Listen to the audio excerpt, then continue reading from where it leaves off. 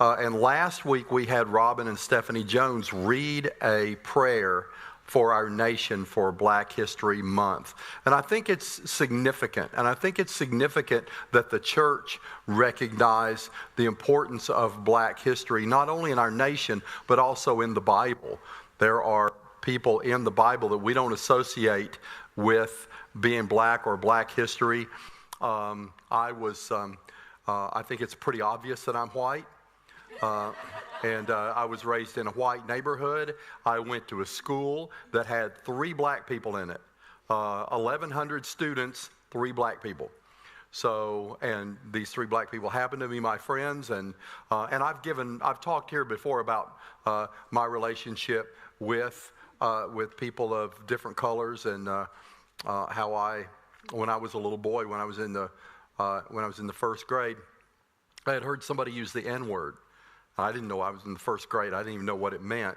And I came home and used that word, said it in front of my mom, and she grabbed me by the hair of the head and dragged me in the bathroom and washed my mouth out with soap.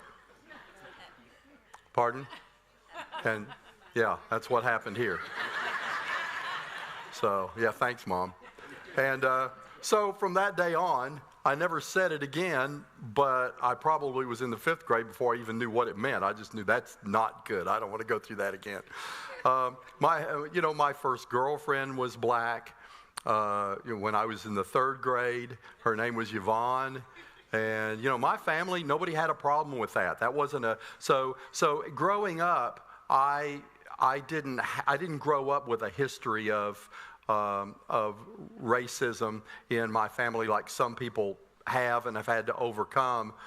A lot of my friends were Black, and so it's been a journey for me to even discover why we're having that conversation and what is the issue. There's a whole historical significance that needs to be addressed, and it needs to be addressed in the church as well as outside the church. And I believe that I just want to make this statement. I think we need to respect people of other colors and other ethnic groups by talking with them about their history. Their history. I'm probably going to make some enemies when I say this, and that's not the purpose of this to make enemies. It's to bring healing. But I'll tell you,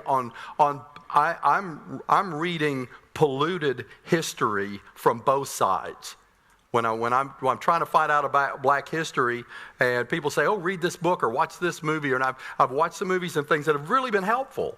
But then some of that has been skewed, and then so you try to get history from white people, and that's skewed.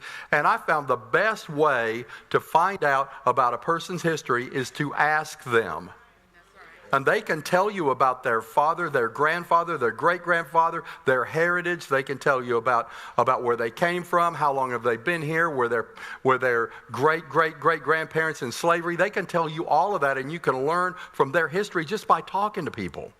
So I think what our country really needs, and we're losing this rapidly, is the ability to talk, the ability to dialogue, the ability to just have a conversation. Once somebody finds out that somebody else voted for Barack Obama, nobody wants to talk to them.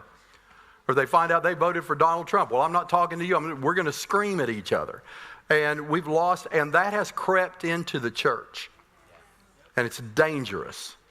We need to be able to talk. You're a Christian and you voted for that person?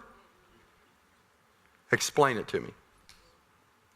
I want to understand not what were you thinking, but what were you thinking? What help me understand your thought process, and I want to know your history. Tell me about your family. These are the first steps in bringing healing. And that healing needs to occur first in the church. The Bible says that people will know that we're Christians by the way that we love each other.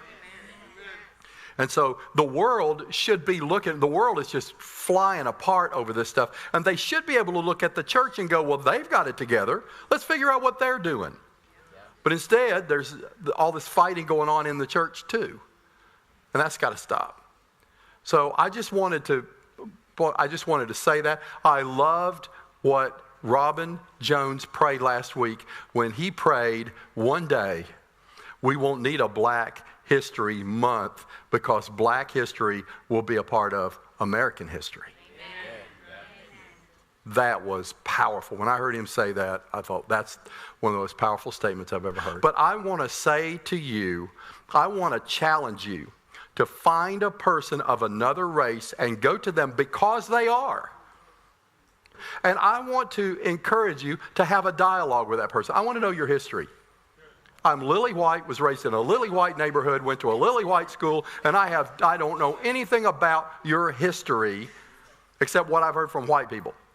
So will you talk to me and just tell me, I want to know, tell me about your family. Tell me where you came from. Tell me what your family went through. I want to challenge you to do that on purpose. And I believe that'll go a long way to bringing healing to the hearts of people in the church. Is that okay that I said that? Okay? All right.